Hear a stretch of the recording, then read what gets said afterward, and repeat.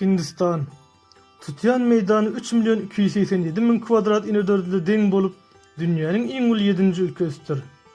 Hindistanyň ilaty 1,5 milliarddan geçip, Xitaydan soňra 2-nji orunda durýar. Paýtagty täze delide takminan 18 million adam ýaşaýar. Mumbai ýa-da başgaça ady Bombay şäherinde 20 million adam ýaşap, ýurduň iň ulu şäherleriniň biridir. Dünýäniň iň gür ilatly 10 şäheriniň 3-si Hindistandadyr. Baýdagynda 3 sany renkli zolak bolup, mämiş renk mertligi, ak renk asudalygy, ýaşy renk bolsa ýeňiş we gülläp ösmegi anlatýar. İlatyň %80 götörümi Hinduizm, 13 götörüm bolsa musulman dinine inanýarlar. Bundan başga da bu ýerde dünýädäki ähli dinler görüp bilersiňiz. Ýurduň içinde Hinduizm ýa-da başga dinler bilen baglanşykly bir näçe däpli surlar bardyr.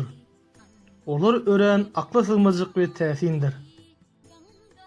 Hindistandaky öýleriň ýarysynda hajathana ýokdur. Şonuň üçin eger siz Hindistana giden ýagdaýyňyzda köçelerde uly ýa-da kiçi tarat eden adamlar görseňiz haýran galyp bilersiňiz. Takminan 650 million adam hajatyny köçelerde etýärler. Munyň sebäbi olaryň ekonomik ýagdaýyndan däldi, medeniýet bilen baglanşykly bolup durýar. 7 ýaşyna giren gyzlary özleriň däpli surlaryna göre hakykatda bolmaýan ýagdaýda itler bilen durmuşa çykarýarlar. Munyň sebäbi olaryň bu däpli surunda gyzlar durmuşa çykýança olary itler gorap saklasyn diýen inançlar bardyr.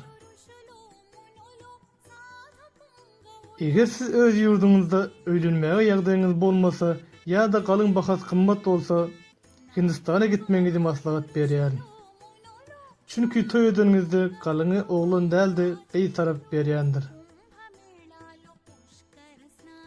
Sygyrlaryň süýt bermeginden ziýada Hinduizme göre sygyrlar mukaddes we keramatly diýilip hasaýa edilýär.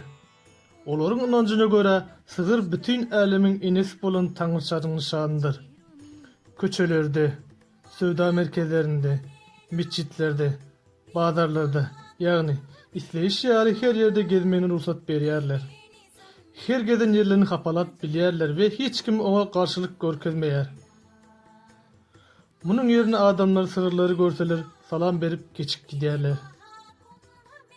Bundan başga da geň galaýmaly zat gurbagalar arasyndaky toy bolup, eger gurukçuluk bolan ýagdaýlarynda bu toyun ýagyş ýagdyrjanyna inanýarlar. Dünýäniň iň uly dini festiwallarinden biri bolan 12 ýyldan bir gezek geçirilen Kumbh Mela festiwaldyr.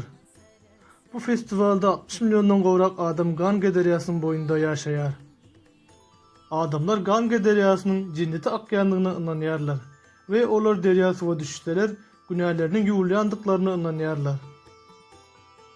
Başga da sizi haýran galdyryp ýa-da güldürip biljek maglumat Hindistanyň Demirgazyk günwataryndaky Rajastanda ýerleşen Karnimat adyndaky bir sıçan ibadatxanasydyr. Ol dünýäde iň tätin ýerleriň biridir.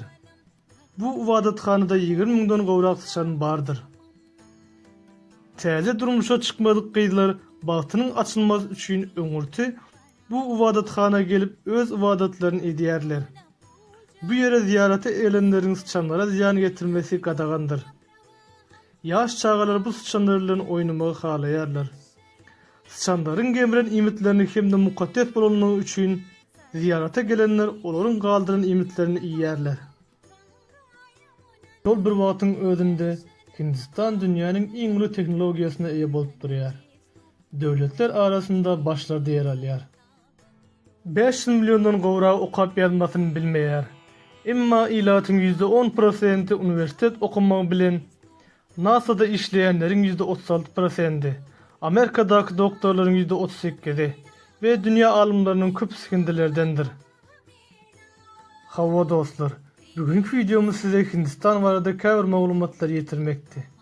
Eger videomuz göňüňizden turan bolsa, like koymagy ve öz tesbirlerinizi aşağıda ýazmagy unutmaň. Hoş sağ olun, sağlıkda görüşelim.